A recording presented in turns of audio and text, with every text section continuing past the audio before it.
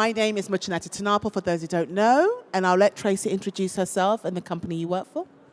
Sure, my name is Traci Kinden. I am the director at TEXroad Foundation, and our whole purpose as an organization is to make data a common language between the public and the private sector so we can optimize the flow of resources in the textile sector. So I'm just going to jump right in there because I know we touched on this earlier. Why is data so scary for people? Is it because we are educating the industry incorrectly about the importance of data, or maybe there is just not enough information for them to teach themselves? Why do you think, in your opinion, that people are kind of repelled a little bit with data? Well, data is a very small word with a lot of meanings to it. So I think one of the things that becomes really difficult is everybody sort of means something else when they say data.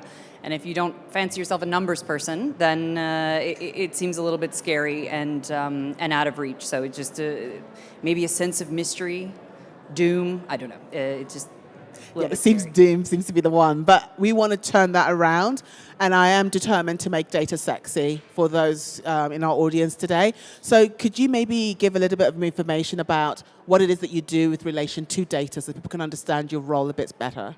Sure. What TEXroad does is a little bit complicated. I say often that we work in between and sort of around and not necessarily in a very concrete place. But I'll give you a concrete example. So we work primarily in the post-consumer textile flows. And so we work with municipalities and their collection and sorting partners to be able to take data from each step, collection, sorting, and so forth, and make it useful for all of the parties in these public-private partnerships. So what we can do then is see how this collection and sorting infrastructure is performing. As companies or municipalities make changes or improvements, we can measure the impact of those improvements over time.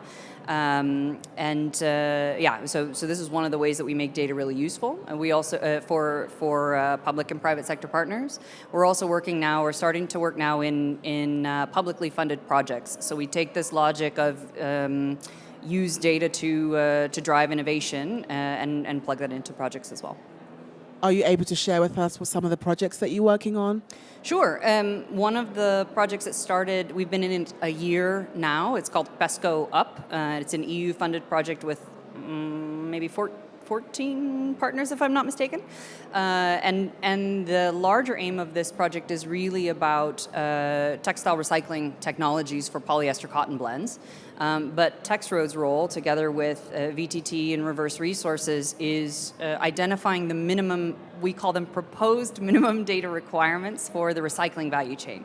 So basically, what our focus has been for the last 12 months is getting some level of agreement and alignment on what types of data need to be communicated, for example, between the sorting facilities that are sorting out reusable and recyclable textiles. What's that packet of data, sort of a digital product passport for materials, if you like? What's that packet of data that needs to go to the pre-processing stages? What's the packet of data that needs to go into the recycling stages? So we work really a lot on if everybody were to report basically the same thing to one another along the value chain, what is that data and how does it move in and out of different digital tools and systems so that this information becomes useful not just between one or two partners, but across the industry. I think personally that when it comes to EU-funded projects, that there is such a great bounty of information, but how far can you take that project? Because I think some people kind of happen for 2 years and then it kind of disappears. Has your project got longevity? Will it continue to evolve to kind of give information to businesses going forth, or is it just for a certain amount of time?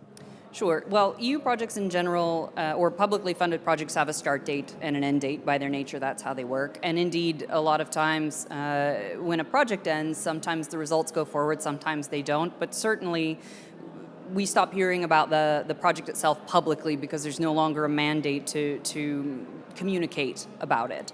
I think some projects do a better job than others in terms of carrying the work forward and implementing it into the business. Some projects just are so early and innovative that there's nothing that can concretely go directly to the industry to do something with. But what's really exciting for me in our work at TEXroad with data in publicly funded projects is we really focus on a couple of things to maximize effectiveness of projects and scalability of results. So one is obviously with non-sensitive information and things like minimum data requirements that we think everybody should follow or co-developing. We try to share those across as many projects as we can. So this set of proposed minimum data requirements for the recycling chain that started in the PESCO Up project or was developed partly in the PESCO Up project was also co-developed with another Dutch project that just ended at the end of last year, and we're also plugging it into some of the future work that we do. So we try to make these data models, what information needs to move along the chain. We try to share that as broadly as possible so that it lives on. Another thing that we work on, or we're starting to prepare for at TEXroad is, okay, how might we take some of the statistics, this is non-sexy words here, but how do we take some of the statistics and the information about quantities of textile resources that are flowing around? Once you pull them out of the cotton field or pump the oil out of the ground and make the polyester fiber and so forth, now you have a resource that's specific for the textile sector. Once we have that, we shouldn't lose that.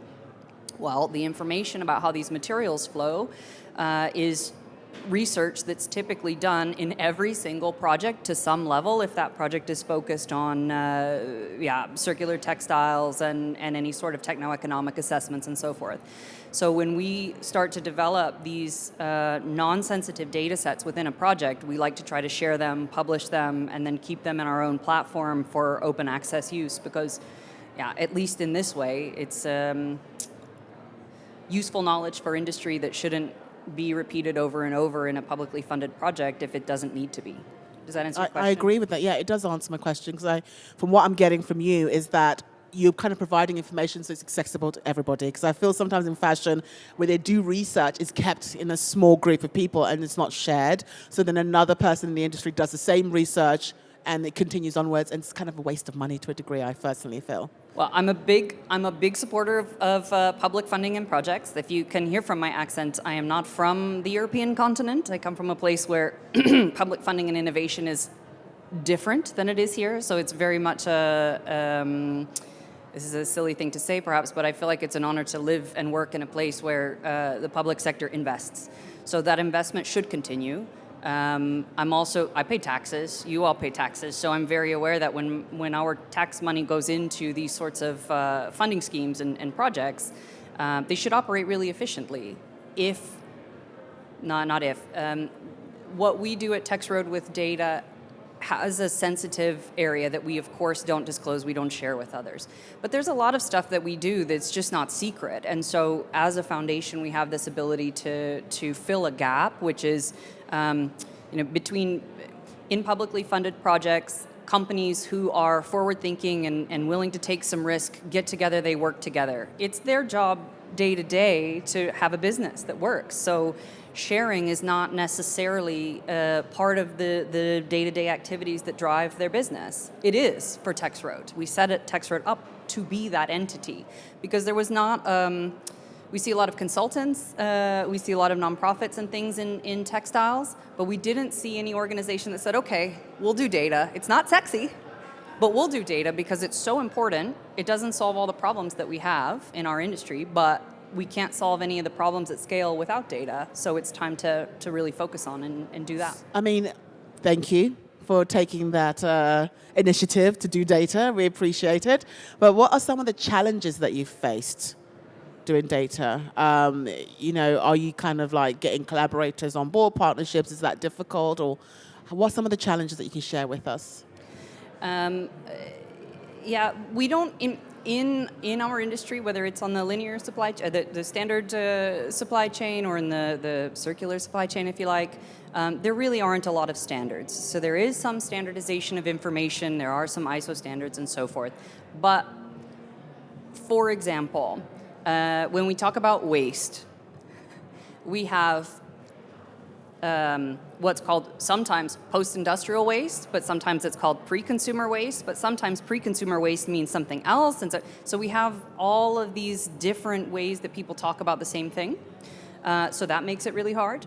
And then companies every company has some level of data if they are in business any amount of time. I mean, businesses operate on certain types of data, but that's seen as really sensitive and secret, and so it feels scary for a company to disclose anything, and that's another barrier. So this misalignment of just basic terminology, if you like, and then a hypersensitivity to sharing anything are pretty big problems.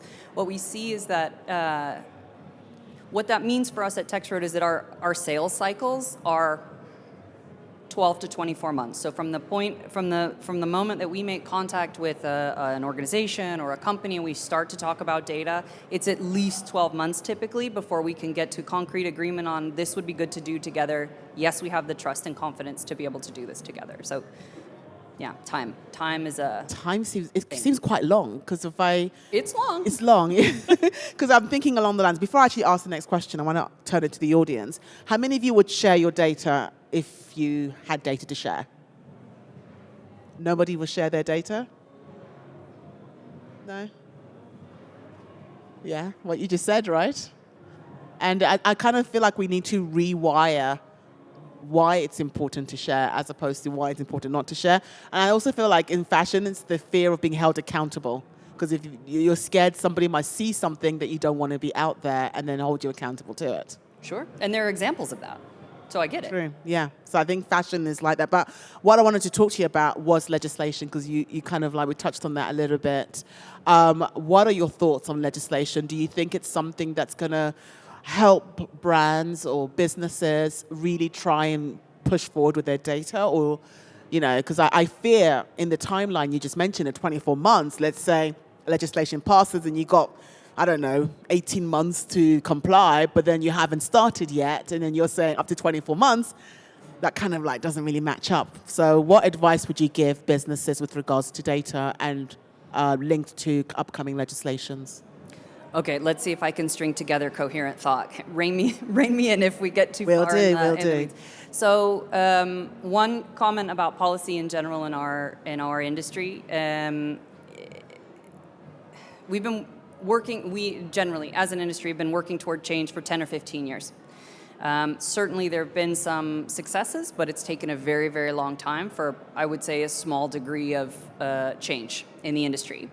And it's pretty widely agreed, or at least has been in the past, pretty widely agreed that the policies actually needed to make the push. And companies, large brands, retailers are also saying this, yes, policy is needed and it's got to come from the public sector, et cetera. Good. But when it comes to the policy actually coming, what we also see is a lot of pushback because data is hard and because compliance is difficult and all of these sorts of things. So there's one foot on either side of the fence, I think, from the industry side about whether or not we need policy. I think it's good if it's designed well and if it's updated with real from the market information and insights over time. So not just putting in a policy, but some level of commitment to making adjustments, especially with things that are quite new. So on that note, I think it's important for any business, whether you're on the supply side or if you're a brand and a retailer, to understand when it comes to either policy or just in general your own business. What are your priorities? What do you really want? And then take the approach to data from that direction. So if you're really worried about CSRD or digital product passports, or from a policy side, then prioritize appropriately. If you're worried about certain operational things, what are your priorities and your ambitions there? Prioritize appropriately, and then start looking at the data that you have, the data that you're missing, and fill in the gaps with the data that's needed to address your priorities. It's one bite at a time. How do you eat an elephant, Muchaneta? I don't know. How would I?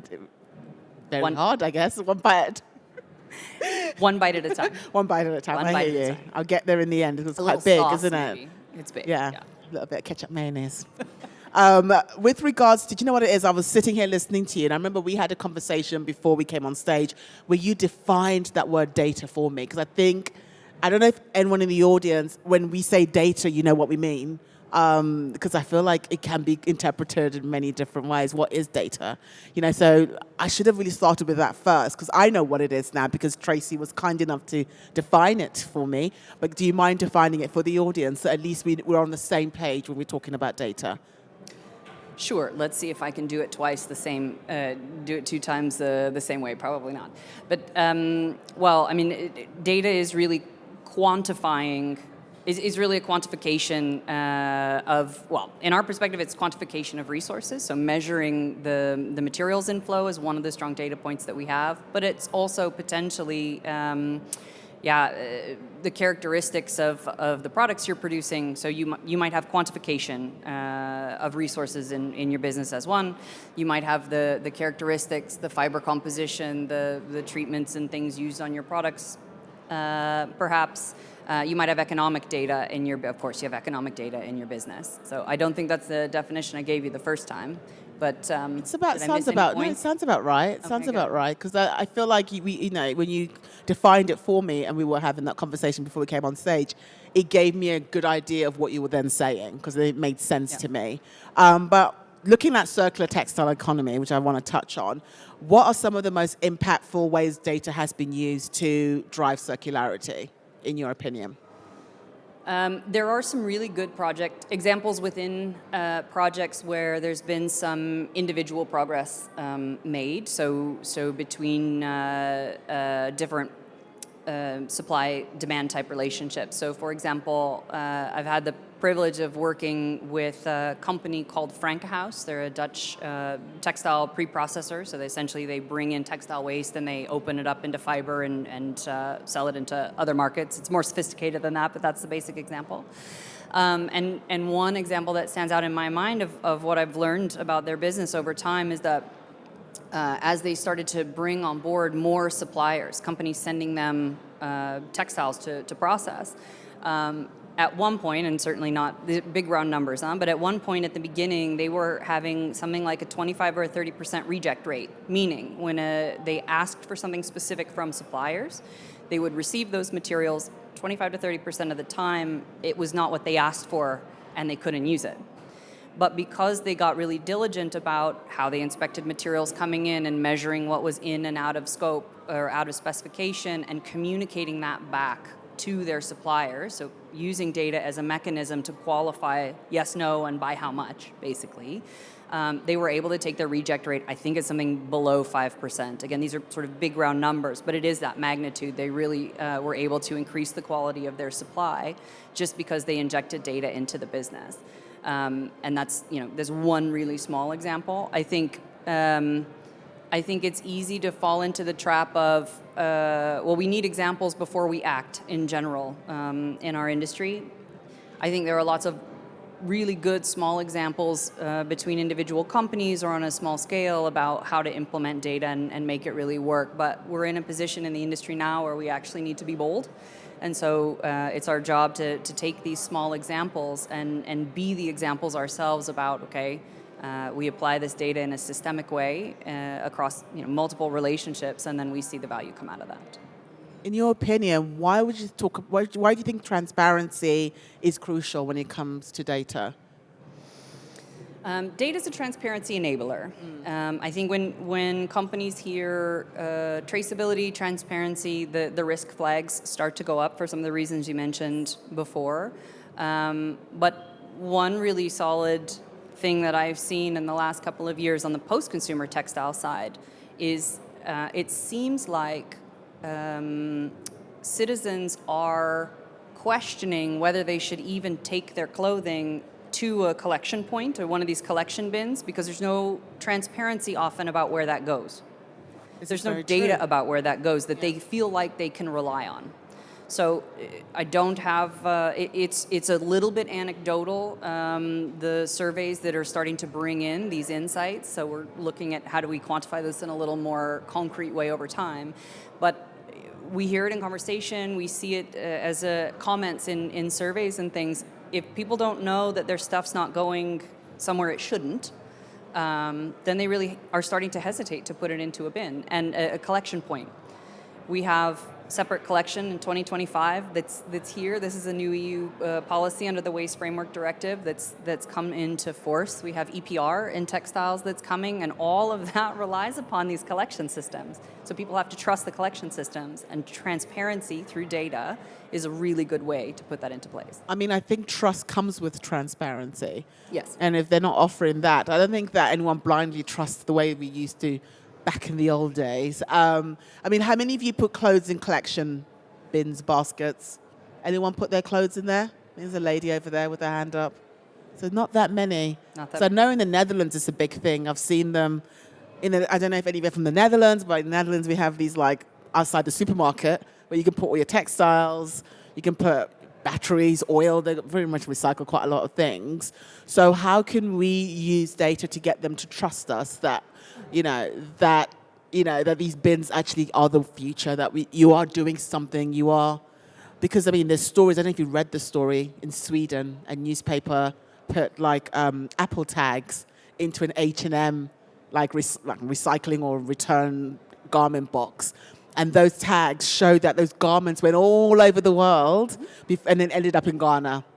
So a lot of H&M customers felt a little bit robbed, I guess, because they felt they were doing something good, but in the end they weren't. So do you feel like companies like H&M could use data to bring back that trust that they are actually doing something with our garments? This is a tricky one to pick my way through. So I'm going to take a sidestep and do a parallel example.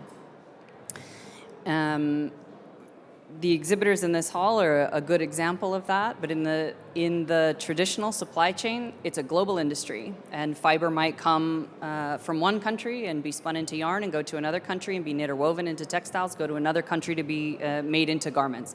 So this is something in textile. The global industry in textiles is a reality that we've had, especially since 70s. It started right, 80s. It really picked up, and this is how the business operates. The post-consumer textile world is also very global for a variety of reasons. There has been some pretty strong communications and marketing about some of the problems in the industry. I think it's in post-consumer textiles, I understand why it operates the way it does. I understand why it's a global business. There are good actors and bad actors in that business. But I guess my point here is that in the standard supply chain, you might have one or two suppliers that are serving 30 different brands. It's the same on the other end. So when the companies that are doing the collection and the sorting and the global redistribution of these textiles, it's not a long list of companies. In Europe, very roughly, I think the last report is somewhere between 250 and 500 total companies handling all that. They go to the same or similar global end markets. So yes, perhaps H&M has a role to play in pushing for transparency in who their third-party service providers are in the collection, sorting, and redistribution end, definitely. Policy has a big role to play there in forcing some level of transparency, for example, attached to EPR or at a country level, maybe waste management permits and these sorts of things. But it's not... the hard part about that particular problem is that there isn't one point of pressure that can be pushed to make transparency happen in post-consumer textiles. Just like in the supply chain on the other end, there isn't one button to push. It's difficult and it's messy. Do you have an example where data was used and it shows that it works and it kind of shone them in a better light? Whether it's a brand that does it or a company or an NGO where they've used data in a very positive way, so companies can look at them and be like, okay, that I can do that, or this is something that maybe I can adopt because this company has shown that it's possible. I think there's some early examples and a lot of potential to demonstrate that in the coming years. So we did a small pilot project together with some Dutch stakeholders where we mapped from the point of textile. Oh yeah, here it is. So we mapped. This is the city of Enschede in the Netherlands, so close, very close to Germany, as you can see.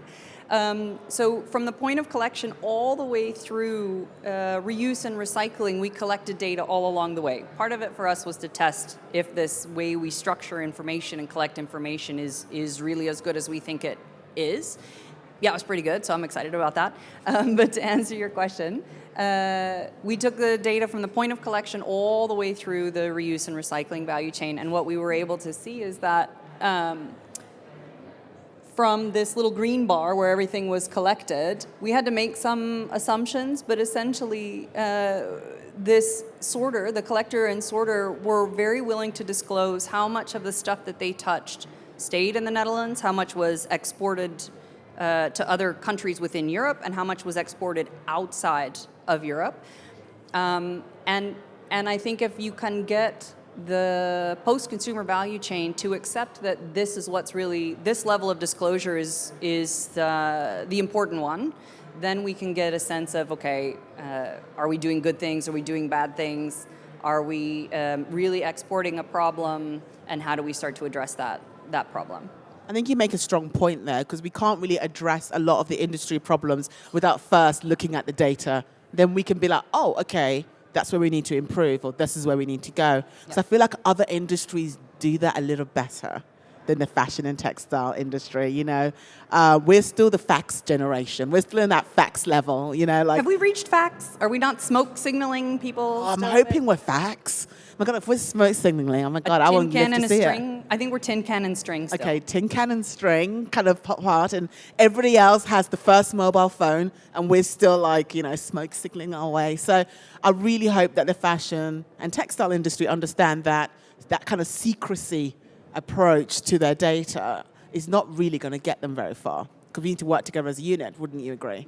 I would agree. I think money talks. I don't think, I know, we all know, money talks. And so if we can attach economic value to the data or to disclosure, et cetera, I think there's a better chance of getting more transparency. So if you have the policy push, that's a great way to get data. But if you put policy and economics together as the reason that data must move, then I think things can move a lot faster. It's harder to do than it is to say, but... Yeah, I agree with that, because I remember I saw a drawing where it showed like a group of men, and on the board it said sustainability. Let's talk about sustainability, and they all looked like they were falling asleep. And then when they were talking about money, everybody stood to attention. So one way of grabbing people's attention is money. You are right, you know, if you speak about that. But I want to throw it to the audience while we have time. If any of you have any questions with regards to any challenges you might have faced when it comes to data that you would like to share, or ask Traci a question about data, anybody? Are you still with us? Are you following the conversation all right? Yes? Okay. So we can just move on, I guess. So how does TEXroad, how do they simplify the processes? Is there a way to make it simple so everyone is able to be part of this change? Yes. Again, step by step, we eat the elephant step by step. But one of the things that we do now, and I would call it, I guess, the strongest value proposition that we have when it comes to our municipality partners and their collectors and sorters, is that we start with the data as it is. So when we want to measure flows, when we want to quantify collection infrastructure, we don't say, report to us like this. We say, what does your data look like? And usually what we find is that we can take the data that already exists within a company or within a municipality, and we can translate it into something that is still useful, and it's aligned one stakeholder to the next. And so we try to make it as easy as possible for companies to do business the way they normally do business, with the information that they normally handle. Give us that information, and then we can process it into something that's more useful across multiple stakeholders. Over time, the aim is to push for more digitization and for more alignment between the digital tools. And so slowly, the semantics, the wording, the terminology gets more aligned, and we get there faster. But yeah, we don't put barriers in front of people when it comes to their data. We take their data and make it more useful for them. I really think that a lot of companies don't have time. I mean, Time is not their friend currently. I do know that with all this policy that's happening, all this change that's taking place, that they just don't have that luxury of time. And we need to move data from it being an opt-in, where they feel like they can opt in or opt out, and actually be something that should be part of their entire business strategy, their DNA. The same thing with sustainability. It needs to be part of their DNA. So with regards to key features of the TEXroad Data Hub, how does that support businesses? Or you can explain what it is first so the audience know, and then how it kind of will support businesses. Sure. So what the Data Hub is a digital platform that we're developing now at TEXroad that basically enables some of this to happen more automatically. So we can bring in data from different types of businesses when it comes to measuring resources in the post-consumer chain and also understanding those characteristics. So is it polyester, is it cotton, is it polycotton, and so forth. So the Data Hub is a place where that information can plug in, and then we can do report generation and things on behalf of our users. And so what we're seeing, since we're still in the age of strings and tin can, fax machines, smoke signals, we can start to speed up how useful that data is between partners. And the Data Hub is just the technology mechanism that we use to do that. There was a second part to your question that I've now forgotten. Can you repeat that for me? I can. I said, how does that support businesses? How does your TEXroad Data Hub support businesses? Yeah. So in today, the businesses that we support are really the collectors and the sorters in the post-consumer chain.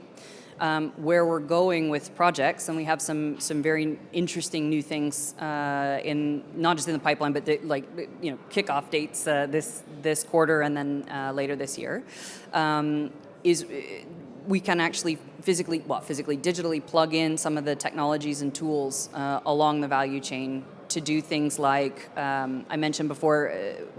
Internally we're calling a digital material passport at the moment, but it's a digital product passport like packet of data that can go along with the materials in the supply chain.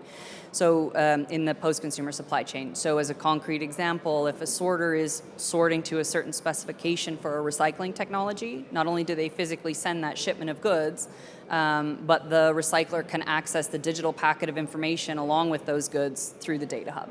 So it's these sorts of making information more consistent, making information more transparent along the value chain that's the next big push for us on the businesses beyond collectors and sorters. That's very important, because I think one of the challenges and struggles they have is knowing what the material is made out of. I can't look at my clothes and tell you what it's made out of, so I'm sure that information is really important. So I'm really interested in what you said about the digital material passport. Could you elaborate a little bit more? How does that work? Is it using your phone to scan for information? I mean, what kind of information do they get? Do they get to select what they see? How will it work? Well, digital product passport is something that's known. If you look through some of the more recent, this is mid-year last year, I think, there were some reports that detail out what needs to be included on the first version of the digital product passport that goes into finished product, and then in another time frame, this information needs to be included. Another time frame, this information needs to be included. So we're not creating something that's necessarily different than that, but what we see is stuff like fiber composition, what were the activities that happened in the upstream post-consumer value chain, fiber composition, any sorts of contamination and things that were detected.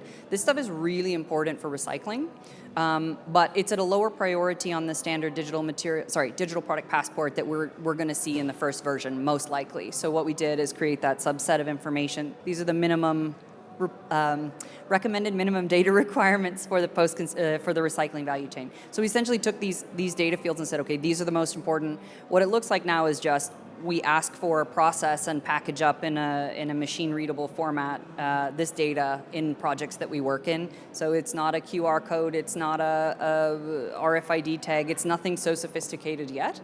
It's really testing what the information should be, validating that it's going to be useful for the actors along the chain. We can provide that information in something as dumb as a spreadsheet, an Excel sheet, or an XML file, or something quite simple. But if that part is right, then you can put it into any digital carrier, any carrier or any data system. It's about getting the terminology, the semantics right, getting agreement between actors in the value chain that yes, this is useful, no, this is not useful, yes, this can be disclosed, no, it can't. That's actually a very, very difficult piece of work. I can imagine that is. Getting them to play nice in that playground, not easy. Yeah, or just you say potato, I say potato, but we actually mean fries, you know? Hear you. So with regards to that information, I feel like it's so important because a lot of fashion brands are going to need to know what they're going to do with their product afterwards. They're being held responsible for that. Yep. So would you say that they can also use data in that part to kind of be able to say, after the garment has been worn and used, this is the next steps? Yeah, actually, one of the things that companies can do when it comes to trying to just get a handle on their data in the first place is understand where the overlaps are in information requirements for policy, for example.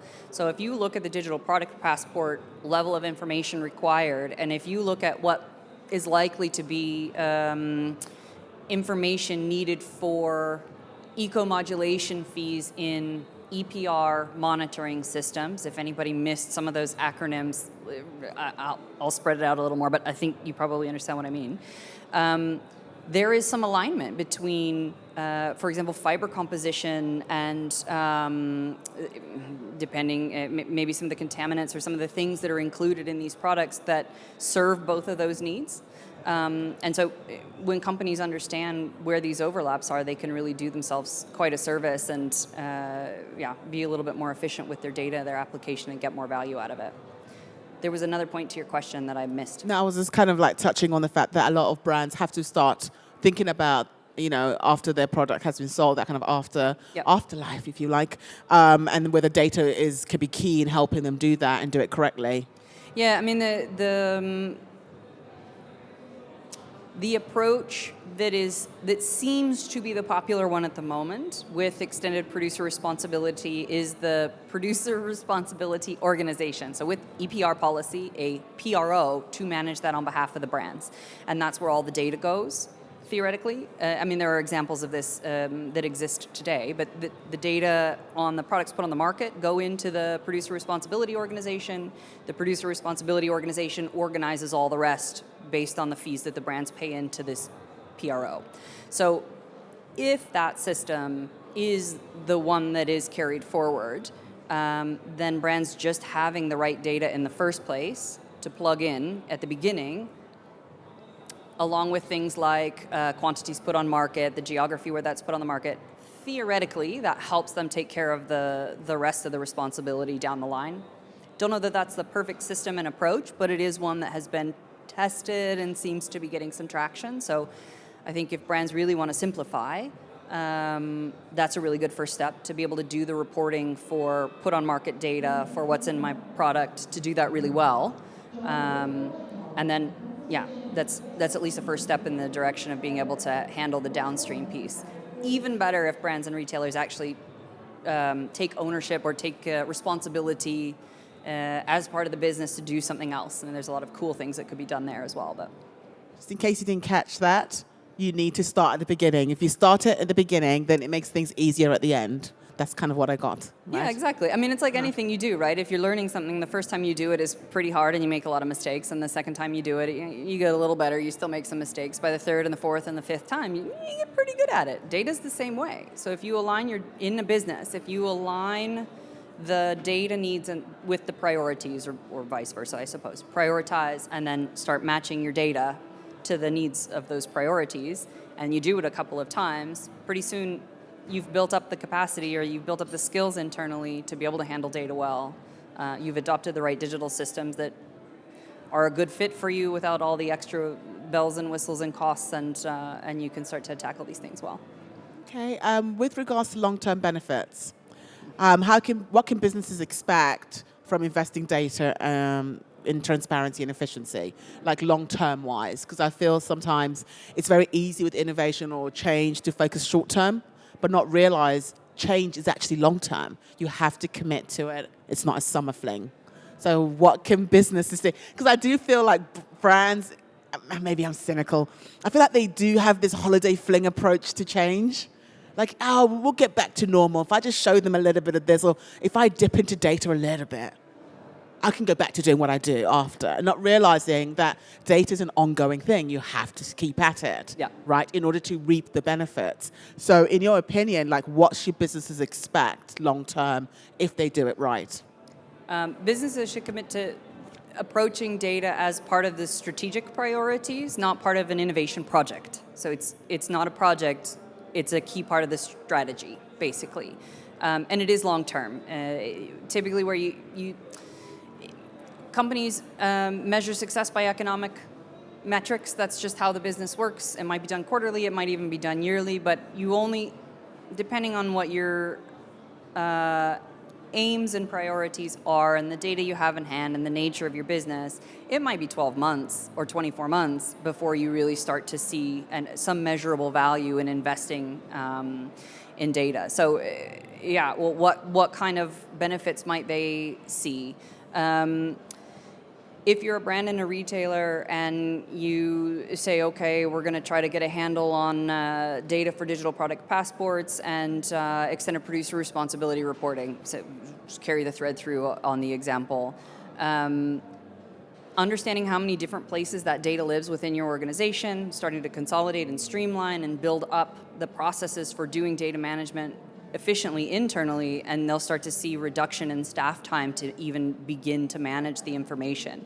As a knock-on effect, depending on how good the internal knowledge or how well they're analyzing and using data within the business already, they may be able to inform material strategies. They might be able to take better advantage of let's say textile to textile recycling. So we work together with Reverse Resources, which is a textile recycling marketplace based mainly in Asia. They work with brands and they work with suppliers and recyclers to basically manage the information and the materials resources on the cutting room floor and be able to put it back into recycling chains. Well, lost my train of thought. Have you ever had your train jump the tracks and then here you are? So I'm still with you, though. I know I'm still with you. I I'm still with appreciate that you. very much. No, but so some of the things that have happened is that the recycling process, where Reverse Resources is involved between all of these parties, it's more economically viable. It's more transparent. The cut and sew facilities have better market access.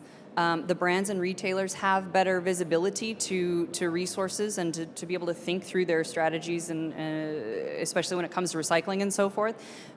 But the secrets of each company aren't disclosed to a level that they shouldn't be.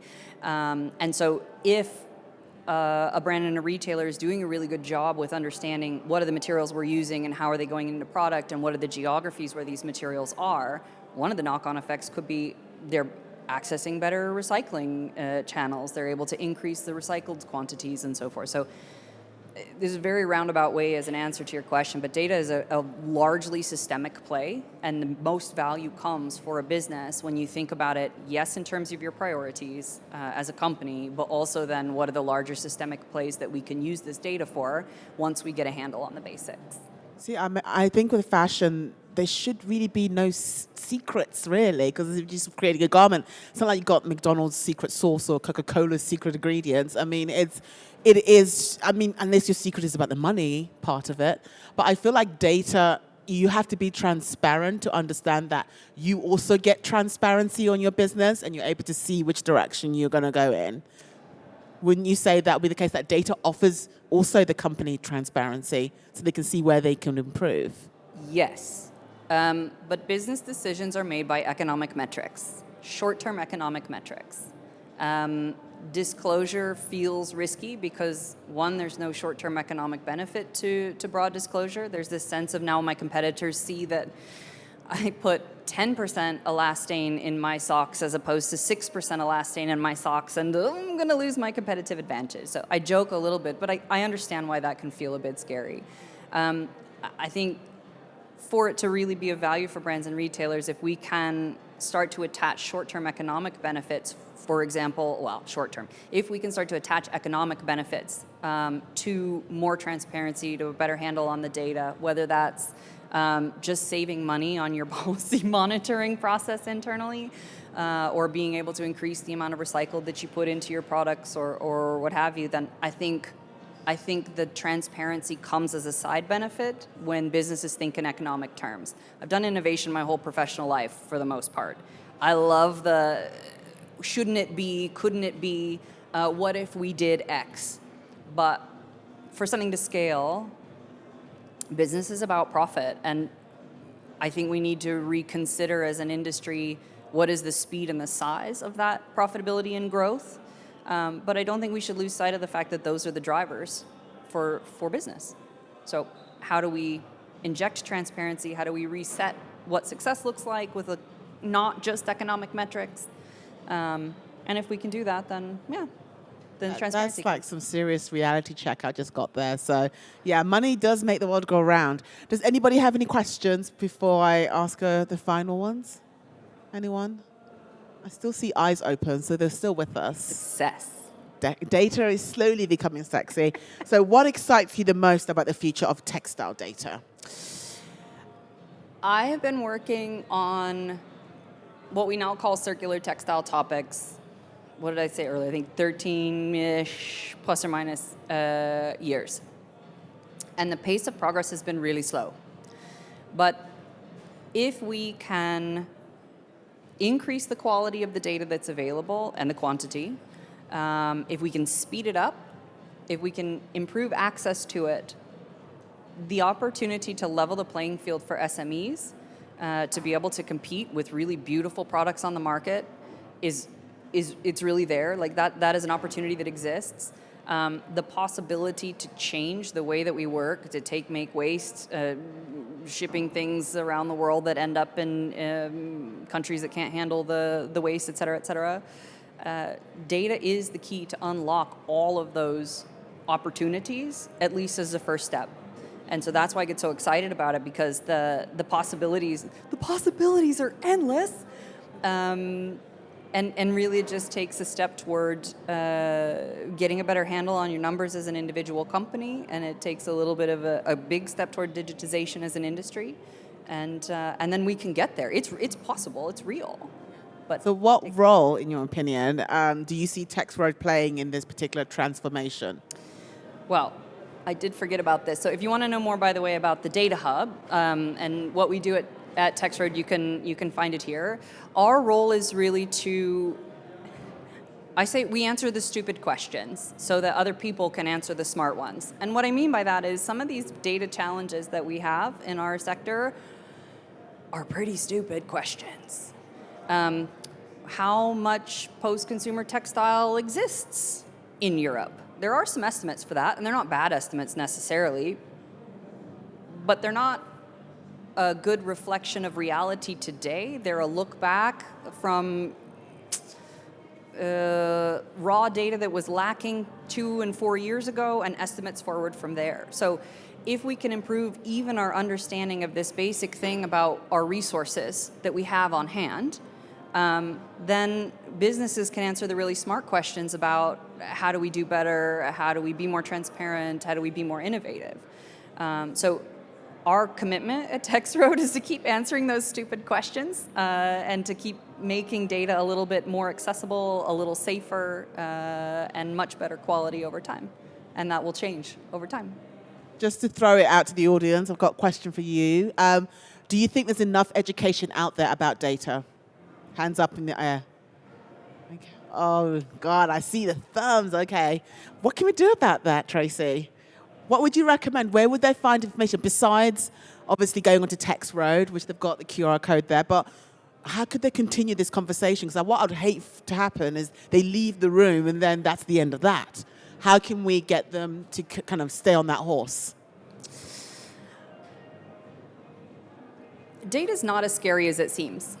I do data and public sector things, policy insights and stuff for a living. I'm not a math person. I stopped taking math classes as quickly as humanly possible to finish my secondary school diploma, and I studied graphic design at university. So yeah, even if you don't feel like a math person and a numbers person, Data's awesome.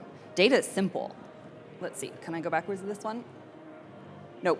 So that material flow diagram that I had on the board before, this is not rocket science math. Ooh, there it is.